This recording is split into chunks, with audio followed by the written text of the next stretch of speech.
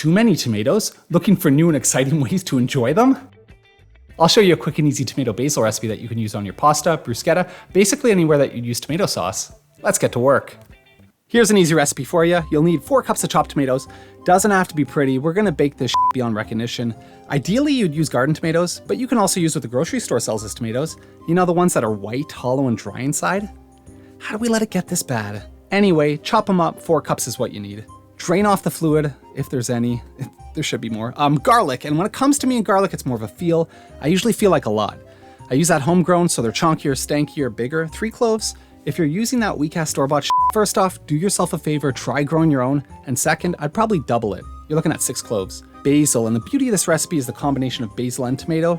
Best to use garden basil, but if you don't have any, it's not a big deal. Just use the dried stuff. 2 cups of fresh works out to about 2 tablespoons of dried. With the garlic and basil, you can chop it up a la chef or toss them in the food processor. Just depends on what you hate more, chopping or cleaning. 2 teaspoons of salt, pepper, and olive oil to taste.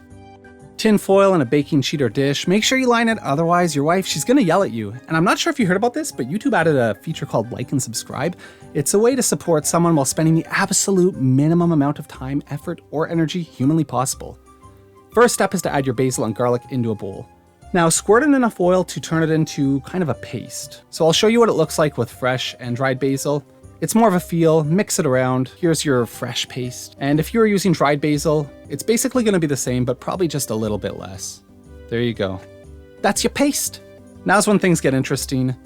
Add your tomatoes into the mix. You know, this is starting to look pretty good. And then spread it over your lined baking sheet. I'm serious, line it, don't be like me. Add 2 teaspoons of salt and as much pepper as you like. Someone in my family finds pepper kind of spicy, so we don't put too much on there. You want to bake it at 425 for about an hour. It's going to look like this. But I like to go a little bit longer, about an hour and a half. This way more liquid's evaporated and the flavor is more concentrated.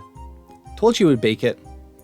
Let it cool, scoop the schlop out. The great part is that it freezes beautifully, so it's an awesome way to store garden tomatoes.